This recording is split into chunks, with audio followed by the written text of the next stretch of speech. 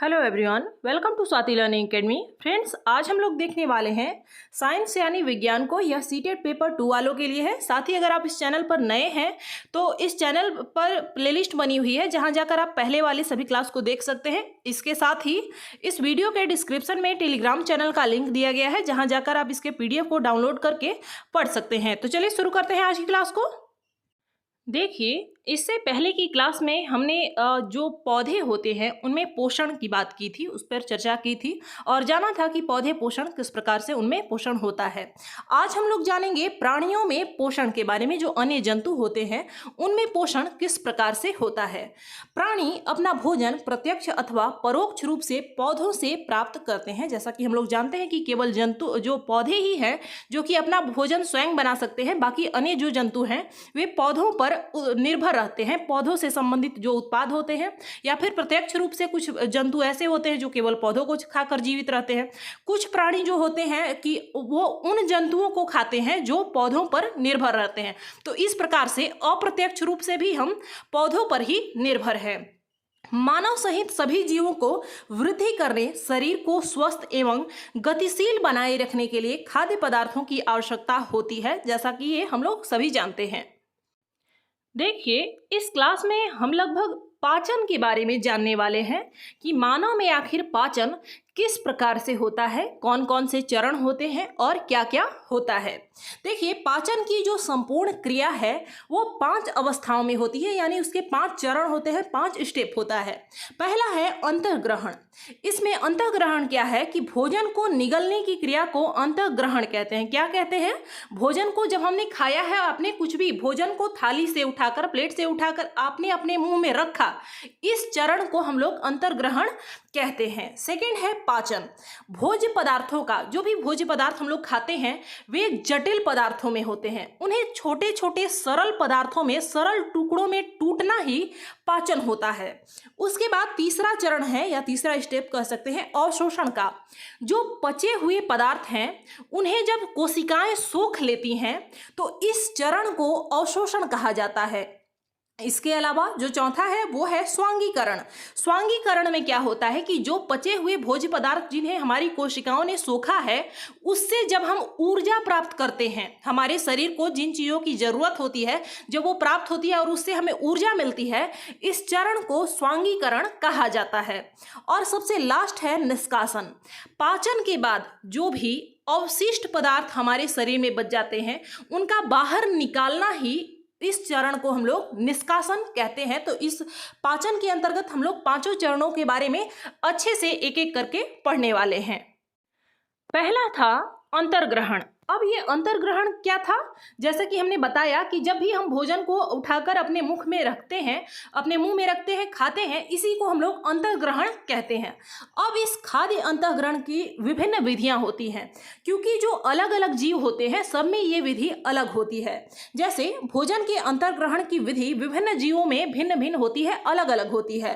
मधुमक्खी एवं मरमर पक्षी, जिसे हमिंग बर्ड कहते हैं, ये पौधों का मकरंद यानी फूलों का रस को चूसते हैं। वहीं मानव और कुछ अन्य जंतुओं के जो शिशु होते हैं, जो बच्चे होते हैं छोटे, वे माँ का दूध पीते हैं। वहीं अजगर जैसे सर्पवंश के प्राणी अपने शिकार को समूचा ही निगल जाते हैं। वे चबाते नहीं हैं बल्कि पूरी तरह से निगल जाते हैं। कुछ जलीय प्राणी अपने आसपास पानी में तैरते हुए खाद्य कणों को छानकर उनका भक्षण करते हैं यानी खाते हैं। तो इस तरीके से हमने जाना कि जो अलग अलग जीव होते हैं उनमें अंतर्ग्रहण की विधियां भी अलग अलग होती हैं। कोई सीधे ही निगल जाता है, कोई जो है अपनी माँ का दूध पीता है, जैसे जो गाय भैंस आदि की बात करें, जो मानव हो गया, इनके जो शिशु होते हैं वे दूध का सेवन करते हैं। साथ ही जो मधुमक्खी हो गई वो क्या करती है? पौधों का जो मकरंद है, फूलों का जो रस है उसे चूसती है। तो ये विधियां जो है खाद्य अंतर्ग्रहण की वे विभिन्न जीवों में अलग अलग प्रकार से होती हैं। अब हम लोग जानेंगे दूसरा जो चरण था पाचन। अंतर्ग्रहण के बाद कौन सा चरण था? पाचन। तो मानव में पाचन किस प्रकार से होता है इसकी चर्चा हम लोग करेंगे।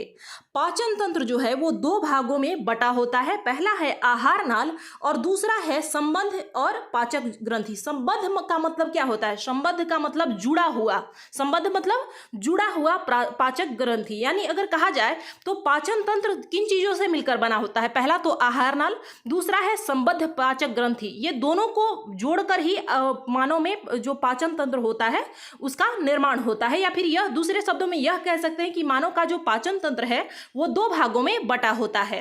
अब हम लोग जानेंगे कि आहार नाल क्या है। देखिए, आहार नाल में ही मानव जब अंतर्ग्रहण करता है, यानी भोजन को जब अपने मुख में लेता है, उसके बाद से ही पाचन शुरू हो जाता है। वही वो स्टेप, पहला स्टेप है अंतर्ग्रहण पाचन का, और उसके बाद पाचन शुरू हो जाता है। और पूरे पाचन के जो पाचन की जो क्रिया है उसमें भोजन जो है आहार नाल में ही रहता है। अब आहार नाल किन किन चीजों को मिलाकर बना हुआ है? इसमें पहला होता है मुख गुहिका। जैसे जो मुख गुहा है, मुख गुहा क्या होता है? विज्ञान की भाषा में जहां कहीं भी हमारे शरीर में खाली स्थान होता है उसे हम लोग गुहा कहते हैं। तो मुख गुहा इसे यही है। इसे अगर इंग्लिश में बात करें तो इसे बकल कैविटी के नाम से जाना जाता है। दूसरा है ग्रसिका। इसके बाद आमाशय, क्षुद्रांग जिसे छोटी आंत के नाम से जानते हैं, बृहदांत्र यानी बड़ी आंत, मलाशय और गुदा, ये सभी भाग मिलकर आहार नाल जिसे अन्य जिसका दूसरा नाम है पाचन नली का निर्माण करते हैं। आहार नाल का दूसरा नाम क्या है? पाचन नली है। और इसमें कौन कौन सी चीजें आती हैं? आहार नाल में मुख गुहिका आती है, ग्रसिका, आमाशय, क्षुद्रांत यानी छोटी आंत, बड़ी आंत और मलाशय, ये सभी मिलकर आहार नाल का निर्माण करती है। अब हम लोग जानेंगे संबंध पाचक ग्रंथि के बारे में कि यह क्या है। संबद्ध पाचक ग्रंथि जो है, ये ग्रंथियां भोजन पचाने वाली एंजाइमों का स्राव करती हैं, यानी कुछ ऐसे रसों को छोड़ती हैं जिन्हें एंजाइम कहा जाता है। और यह किस चीज में सहायता करती है? भोजन के पाचन में सहायता करती है, इसीलिए इसे संबद्ध पाचक ग्रंथि कहा जाता है। यह जो ग्रंथियां हैं वे जो हमारा आहार नाल है उससे जुड़ी हुई होती है और इसीलिए इसे संबद्ध कहा जाता है। संबद्ध का मतलब है जुड़ा हुआ। ये पाचक रस स्रावित करने वाली जो मुख्य ग्रंथियां हैं वे हैं, पहला है लाला ग्रंथि, यह हमारे मुंह में होता है।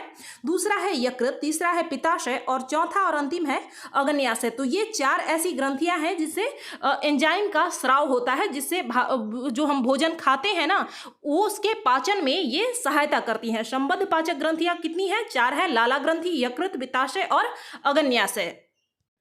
अब देखिए, हम लोग एक एक करके पढ़ेंगे। सबसे पहले हम लोग देखेंगे आहार नाल में। आहार नाल में पहला क्या था? मुख या फिर मुख गुहिका जिसे कहते हैं। तो अब हम लोग मुख गुहिका के बारे में जानेंगे। भोजन का जो अंतर्ग्रहण है वो मुख द्वारा होता है। मुख यानी मुंह के द्वारा होता है, मुंह के द्वारा ही तो हम खाते हैं। आहार को शरीर के अंदर लेने की क्रिया को अंतर्ग्रहण कहा जाता है, यानी जब हमने भोजन को अपने मुंह में रखा इस क्रिया को हम लोग अंतर्ग्रहण कहते हैं। ये मैं पहले ही बता चुकी हूँ। इसके बाद पाचन जो है वो मुख गुहा से ही प्रारंभ होता है। पाचन कहां से? ऐसा नहीं कि भोजन हमारे पेट में चला गया तब पाचन शुरू हुआ, नहीं। पाचन जैसे ही हमने भोजन को अपने मुंह में रखा वहीं से पाचन प्रारंभ हो गया।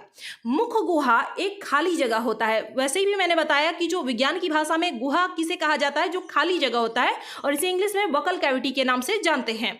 जिसमें अब मुख गुहिका में क्या चीज आता है? एक जीभ होता है, हमारे मुंह में एक जीभ होता है, लार ग्रंथि होता है तथा 32 दांत पाए जाते हैं। वैसे छोटे बच्चों की बात नहीं कर रही हूं, जो वयस्क मानव होते हैं, जो बड़े उम्र के होते हैं, उनमें 32 दांत पाए जाते हैं। मुख गुहिका में एक जीभ, लार ग्रंथि और 32 दांत होते हैं। अब मुख गुहिका में जैसे कि मैंने बताया कि जीभ होता है, लार ग्रंथि होती है और दांत होते हैं, तो इनके बारे में भी एक एक करके जानेंगे। सबसे पहले हम लोग जीभ के बारे में जानेंगे। जीभ जो है एक मांसल पेशीय अंग है। जीभ क्या है? एक मांस है। इसमें क्या हड्डी होती है? नहीं होती है। जो पीछे की ओर मुख गुहिका के अधर तल से जुड़ी होती है, आधार से नीचे ऐसे जुड़ा हुआ होता है हमारा जीभ, जो पिछला जो इसका हिस्सा होता है। इसके अलावा जो अग्रभाग यानी जो आगे का हिस्सा होता है वो स्वतंत्र होता है। हम अपने जीभ को कहीं भी किसी भी दिशा में घुमा सकते हैं स्वतंत्र रूप से, और यह किसी भी दिशा में मुड़ सकता है। हम बोलने के लिए जीभ का उपयोग करते हैं। जीभ अगर ना हो तो हम नहीं बोल सकते। इसके अतिरिक्त यह भोजन में लार मिलाने का कार्य भी करती है। जीभ का सबसे मुख्य कार्य क्या है कि यह पहले तो हो गया बोलना, उसके अलावा अगर हम लोग पाचन की बात करें तो पाचन में क्या कार्य होता है, यह लार को हमारे भोजन में जो हम खाते हैं उसमें मिक्स कर देता है और साथ ही निगलने में भी सहायता करती है। आप सोच सकते हैं कि अगर जो लार है वो हमारे भोजन में ना मिले तो क्या जिस रूप में हम लोग रूखा सूखा खाते हैं वो क्या आप अंदर निगल सकते हैं? नहीं निगल सकते। तो यह सबसे मुख्य कार्य क्या करती है कि उसे लार में ऐसे मिला देता है, मिक्स कर देता है, जिसकी मदद से फिर हम लोग भोजन को आसानी से निगल जाते हैं। जीभ द्वारा ही हमें स्वाद का भी पता चलता है। जो हम विभिन्न जो व्यंजन खाते हैं उसका टेस्ट कैसा है, स्वाद कैसा है, इसका अनुभव भी हमें जीभ के द्वारा ही होता है। जीभ पर स्वाद कलिकाएं होती हैं जिनकी सहायता से हमें विभिन्न प्रकार के स्वाद का पता चलता है। जीभ पर क्या होती है, विभिन्न स्वाद कलिकाएं होती हैं और इसी की मदद से हमें पता चलता है कि कोई भी भोजन जो है वो खट्टा है, तीखा है, मीठा है, कैसा है, इसका पता हमें स्वाद कलिकाओं के द्वारा ही पता चलता है। दूसरा है लाला ग्रंथि। मुख गुहिका में दूसरा क्या था, पहला जीभ था, फिर लाला ग्रंथि यानी लार ग्रंथि जिसे हम लोग कहते हैं। हमारे मुख में लाला ग्रंथि होती है जो लाला रस स्रावित करती है। देखिए कहीं कहीं से लाला ग्रंथि भी कहा जाता है या फिर लार ग्रंथि भी कहा जाता है। और इससे कौन सा रस निकलता है, लाला रस निकलता है।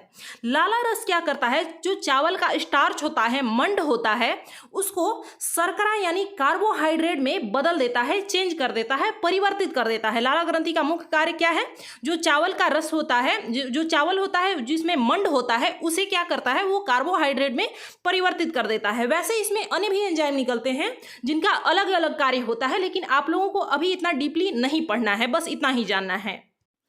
अब हम लोग जानेंगे दांतों के बारे में, क्योंकि हमारे मुख गुहिका यानी मुंह में दांत भी होता है, तो दांतों भी भिन्न भिन्न प्रकार के होते हैं, इनका कार्य भी अलग होता है, तो इसलिए इसके बारे में जानेंगे। जो हमारे दांतों का प्रथम सेट होता है यानी जो पहली बार दांत निकलता है वह शैशव काल में निकलता है तथा लगभग 8 वर्ष की आयु में ये सभी दांत गिर जाते हैं। इन्हें दूध के दांत कहा जाता है सामान्य भाषा में। इसके बाद कुछ दिनों बाद इनके स्थान पर दूसरे दांत निकलते हैं जिसे अस्थायी दांत कहा जाता है और ये पूरे जीवन काल हमारे साथ चलते हैं और बाद में इनके टूटने के बाद फिर नया दांत नहीं निकलता है। इसके बाद हम लोग देखेंगे कि हम दांतों की सहायता से भोजन को चबाते हैं तथा यांत्रिक विधि द्वारा उसे छोटे छोटे टुकड़ों में पीस डालते हैं। दांत जो होता है वो मसूड़ों के बीच अलग अलग गर्तिका यानी सॉकेट में धंसा हुआ होता है, मसूड़ों में फंसा हुआ होता है और इसी की मदद से हम लोग भोजन को चबाते हैं। हमारे दांत की आकृति भिन्न भिन्न है। आप अपने दांत का अगर अवलोकन करेंगे, देखेंगे तो आप पाएंगे कि आपके सभी दांतों का आकार एक जैसा नहीं है। वैसे ही इनके आकार के आधार पर इनका कार्य यानी काम भी अलग अलग होता है और इनके नाम भी अलग अलग होते हैं।